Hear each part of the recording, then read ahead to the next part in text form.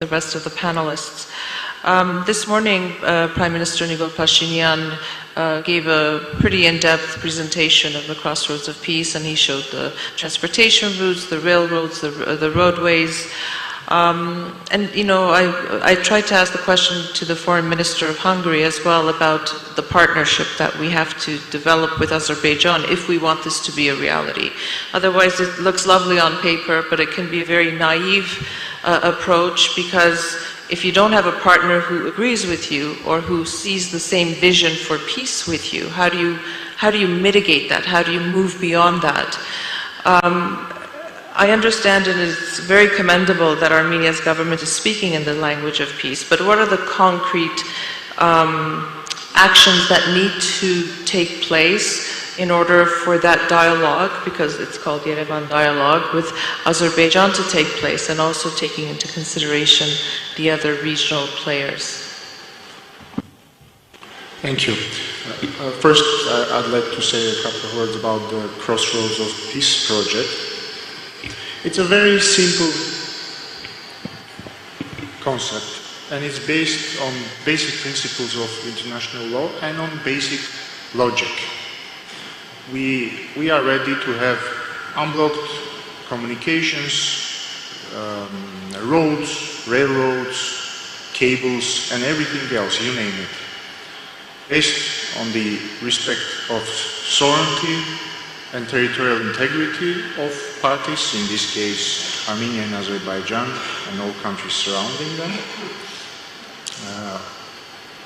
based on exercising jurisdiction of respective parties. I think it's very logical that a country would have the right to and would like to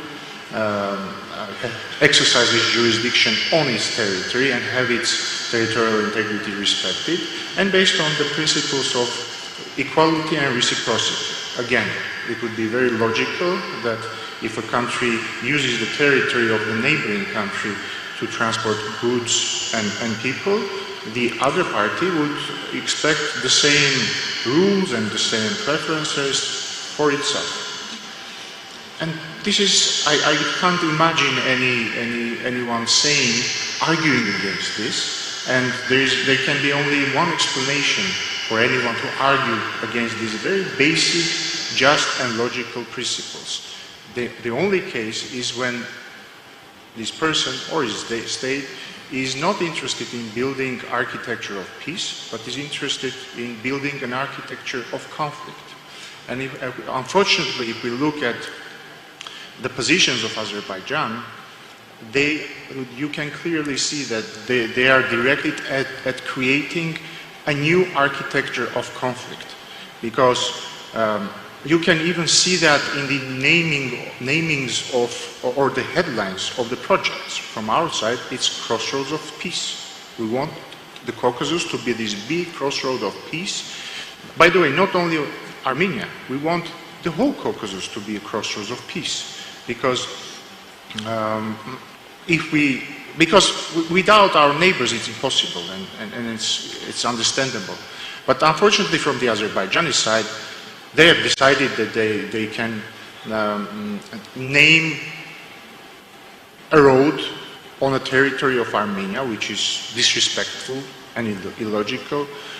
They have decided that they should put forward conditions on how transport routes should operate on the territory of Armenia, and their position is that if this doesn't happen, they will keep blockading Armenia.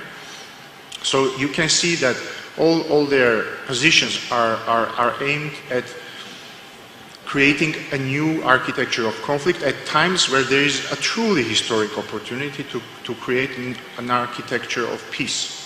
And by the way, regarding security, Azerbaijan, as it is known, and those who support Azerbaijan voice about the necessity of third parties guaranteeing security of over-connectivity, but I think that's again illogical, because if we want peace, well, and at least Armenia does want peace, that means that the people should interact. That means that an Armenian passing through the territory of Azerbaijan should feel safe, and it's Azerbaijan's responsibility to guarantee the safety of the Armenian passing through the territory of Azerbaijan, and vice versa. The whole notion that an Azerbaijani passing through Armenia's territory shouldn't meet Armenians on its way is again in the logic of conflict, not in the logic of peace. Coming back to your question, what action is needed for peace to happen? Again, the answer is very, very simple. If the Azerbaijani leadership decides that they want peace, peace is possible literally tomorrow. Literally tomorrow. If they have or create political will to have peace, we will have open communications tomorrow based on the principles I just talked about. If they want peace, we can sign the peace treaty tomorrow, because as it has been talked about, Armenia has sent the last edition of the draft peace treaty to the Azerbaijani side, which includes all the paragraphs which have already been agreed, and those parts which have not been agreed on have been eliminated, but we think that these paragraphs which are agreed are already a sound basis for a peace treaty, and all the questions that have been left out can be discussed in the future. So political will needs to rise